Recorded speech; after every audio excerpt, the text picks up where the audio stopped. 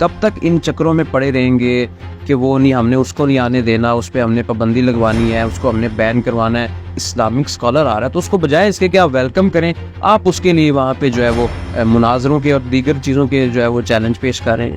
اگر وہ اپنی گیدرنگ کے زور پر یہ منوانا چاہتا ہے شخص کہ یزید کو رضی اللہ عنہ کہا جائے گا اور جیسے قسطنطینیہ کی بنیاد پر اس کو جنتی ثابت کرے گا، تو کیا ایسے دل آزاری نہیں ہے؟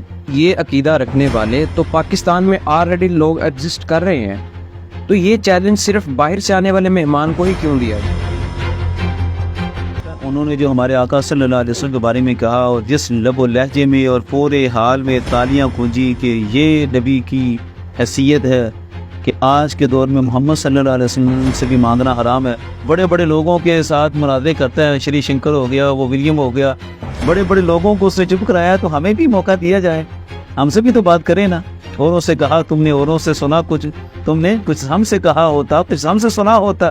کہ وہ تو قابل ادیان کا ماہر ہے، وہ نہیں ڈیبیٹ کر سکتا اسلام کے جو مسلم عقائد ہیں ان پر، تو پھر اس نے چھڑا کیوں؟ اس کا کیا حق بنتا ہے کہ وہ صدیوں کا مسلم عقیدہ کہ یزید ہی ناحق تھا اور اس کا ظلم و ستم تھا، اس کو چھیڑ کر وہ کہتا ہے کہ وہ رضی اللہ عنہ اور جنتی شگاتا ہے. کیونکہ وہ جو بھی بات کرتے ہیں اس کے پیچھے وہ کوئی ریفرنس کوڈ کرتے ہیں. قرآن سے پیش کریں تو وہ سورت اور آیت نمبر پیش کرتے ہیں، حدیث سے کریں تو اس کا بھی انہوں نے ریفرنس پیش کیا ہے. اس کی حقیقت کیا ہے؟ کیا واقعی یزید اس لشکر میں شامل ہے یا کوئی اور ہے؟ ہم یہی چاہتے ہیں کہ ہمارے جو مسلم عقائد کو چھیڑا گیا ہے، اور الحمدللہ پاکستان اہل تصوف کا ملک ہے اور صوفی اکرام کے ماننے والے ہیں، تو ہم اہل تصوف کے عقائد کو جو اس نے چھیڑا ہے تو ایسی ڈیبیٹ ہمارے ساتھ بھی کر لیں. وہ شری شنکر کے ساتھ کر سکتا ہے، ولیم کے ساتھ کر سکتا ہے، تو ڈاکٹر جلالی صاحب سے نہیں کر سکتا؟ ڈاکٹر جلالی صاحب تیار ہیں اس کے ساتھ ڈیبیٹ کر لیں؟ بالکل تیار ہیں انشاءاللہ. ہمیں دکھ پہنچا ہے کہ ہمارے ہوتے ہوئے یزید کو کس طرح بخشا ہوا اور رضی اللہ عنہ کہا گیا. اس مسئلے کو حل کرنے کے لیے ذاکر نائک اور قبلہ ڈاکٹر صاحب کی ڈیبیٹ ہونی چاہیے.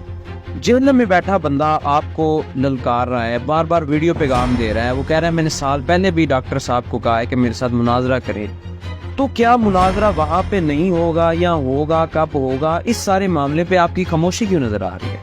آج بھی ذاکر نائک نے جن مسئلوں کو بیان کیا، کوئی بندہ ان مسئلوں کو اپنا عقیدہ مانے اور بیان کرنے کے لیے آ جائے.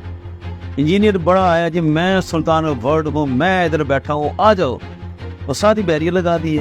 مفتی منیب الرحمان صاحب، علامہ صاحب اگر وہ یہ بیریئر ہٹا دیتے ہیں کہ اب مفتی منیب الرحمان صاحب کو سائڈ پہ کر دیں بیچ میں سے، ڈائریکٹ جلالی صاحب مناظرے کے لیے آ جائیں، انشاءاللہ آگے بات چیز کی شورٹی بالکل شورٹی دیتے ہیں. اور ساتھ یہ بھی ہے کہ پھر ہم سارے ڈی اوورس طے کریں گے، وہ بات کرے گا پھر ہم جواب دیں گے، پھر ہم سوال پوچھیں گے وہ جواب دے گا. اور مفتی منیب الرحمان صاحب سے آپ کیا اس معاملے میں لکھوا کے ان کی شرط کو پورا نہیں کر کے یہ معاملہ کلیئر کروا لیں؟ کیا خیال ہے اس بارے میں؟